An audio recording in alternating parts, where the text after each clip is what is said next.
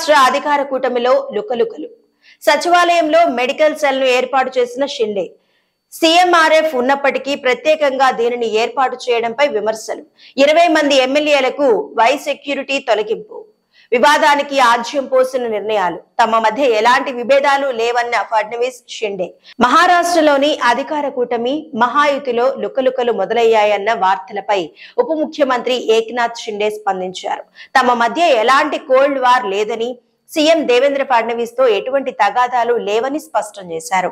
అభివృద్ధిని వ్యతిరేకించే వారిపై సమిష్టిగా పోరాడతామని చెప్పారు.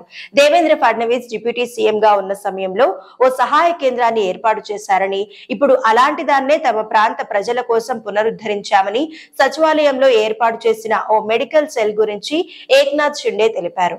విభేదాల వార్తలపై సీఎం దేవేంద్ర ఫడ్నవీస్ కూడా మాట్లాడారు. సచివాలయంలో మెడికల్ సెల్ ను షిండే ఏర్పాటు చేయడంలో తప్పేమీ లేదన్నారు. తాను డిప్యూటీ సీఎం గా ఉన్నప్పుడు కూడా అలాంటి దానినే ఏర్పాటు చేసినట్టు తెలిపారు. కాగా ముఖ్యమంత్రి సహాయ నిధి సీఎంఆర్ఎఫ్ ఉన్నప్పటికీ ప్రత్యేకంగా ఓ వైద్య సహాయ కేంద్రాన్ని షిండే ఏర్పాటు చేయడం వివాదాస్పదమైంది. అలాగే అంతకు ముందు 20 మంది ఎమ్మెల్యేలకు వై సెక్యూరిటీ తొలగించడం రాజకీయంగా చర్చనీయాంశమైంది. వీరిలో బీజేపీ, ఎన్సీపీ ఎమ్మెల్యేలు ఉన్నప్పటికీ శివసేనకు చెందిన వారే ఎక్కువగా ఉండడం గమనార్హం. దీంతో మహాయుతి కూటమిలో ఏదో జరుగుతోందన్న వార్తలు వెలుగులోకి వచ్చాయి. ఈ నేపథ్యంలో సీఎం, డిప్యూటీ సీఎం ఇలా స్పందించారు.